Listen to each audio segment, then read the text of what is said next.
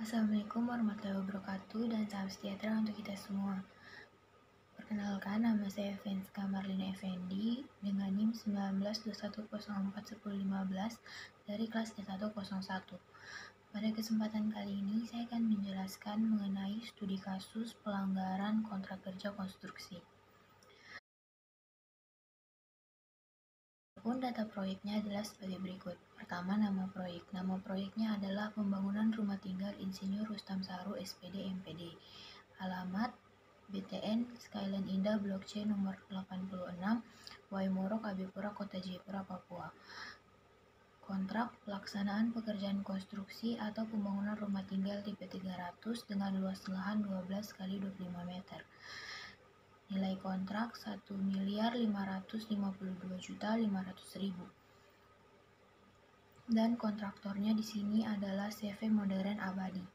Sesuai kontrak kerja yang telah ditandatangani, pelaksanaan proyek berlangsung selama 150 hari kalender dan terhitung sejak tanggal 24 Maret 2018 sampai tanggal 23 Agustus 2018. Namun dalam reschedule sampai dengan yang ketiga, pelaksanaan pekerjaan menjadi 310 hari kalender. Jenis kontrak. Jenis kontrak yang dilakukan pada pembangunan rumah tinggal Insinyur Rustam Saru SPD MPD adalah lumsum. Kontrak lumsum merupakan perjanjian yang bersifat tetap pada nilai keseluruhan kontrak yang akan dibayarkan oleh pihak pemberi kerja kepada pihak penerima kerja atau kontraktor. Jika anggaran biaya dari pemilik terbatas, maka jenis kontrak ini menjadi pilihan yang tepat karena memberi nilai pasti terhadap biaya yang akan dikeluarkan. Persyaratan utama dalam pengaplikasian kontrak jenis ini adalah perencanaan benar-benar telah selesai sehingga kontraktor dapat melakukan estimasi kuantitas secara akurat. Pekerjaan konstruksi yang tepat untuk kontrak jenis ini antara lain pembangunan rumah tinggal. Atau bagian kontrak yang dilanggar. Pasal dari kontrak yang dilanggar adalah pasal 5 mengenai jangka waktu pekerjaan yang seharusnya berlangsung 5 bulan atau 150 hari kalender, tetapi setelah dilakukan perpanjangan sebanyak 3 kali, pembangunan tetap belum kunjung rampung. Adapun penyebab keterlambatan yang terjadi adalah yang pertama, keterlambatan pekerjaan akibat kelalaian kontraktor. Faktor kendala pelaksanaan di lapangan di bawah pengawasan kontraktor adalah tanggung jawab kontraktor, sehingga dapat dikategorikan ke dalam faktor penyebab keterlambatan akibat kelalaian kontraktor. Faktor-faktor tersebut adalah kekurangan material, pengawasan yang buruk terhadap kinerja buruh, lemahnya kontrol waktu oleh kontraktor saat pekerjaan di lapangan, dan keterlambatan pembayaran upah tenaga kerja. Selanjutnya yaitu keterlambatan akibat kelalaian owner. Adapun beberapa faktor kendala yang sering terjadi pada pelaksanaan proyek yang disebabkan oleh owner atau pemilik proyek. Yang pertama yaitu keterlambatan akibat kelalaian owner yang terjadi adalah keterlambatan pembayaran perizinan terhadap kontraktor. Pembayaran tidak dilakukan sesuai kontrak. Owner tidak melakukan kewajiban sesuai isi kontrak, melanggar perjanjian kontrak yaitu pasal 4 tentang sistem pembayaran. Pekerjaan kontraktor terkendala akibat penanggulangan pembayaran oleh pemilik proyek, di mana hal tersebut berdampak pada sistem cash flow CV Modern Abadi menjadi terganggu, sehingga beberapa pekerjaan kontraktor di lapangan harus ditunda. Keterlambatan pada proyek rumah tinggal Insinyur Rustam Saru SPD MPD dapat dikatakan at large, karena proyek telah 3 kali mengalami perpanjangan waktu. Penyelesaian dalam hal ini disebabkan kelalaian saat masa perpanjangan dan kurangnya kejelasan terkait ketentuan perpanjangan waktu. Penerapan kontrak kerja pada pelaksanaan proyek rumah tinggal Insinyur Rustam Saru SPD MPD tidak dijalankan sesuai isi kontrak yang ada. Terjadi faktor kendala keterlambatan selama pelaksanaan. Dalam hal ini dominan disebabkan oleh kelalaian pihak owner, di mana owner melanggar perjanjian kontrak dengan melakukan penangguhan pembayaran kepada kontraktor yang mengakibatkan beberapa keterlambatan seperti lambatnya pembayaran upah pekerja serta kekurangan material.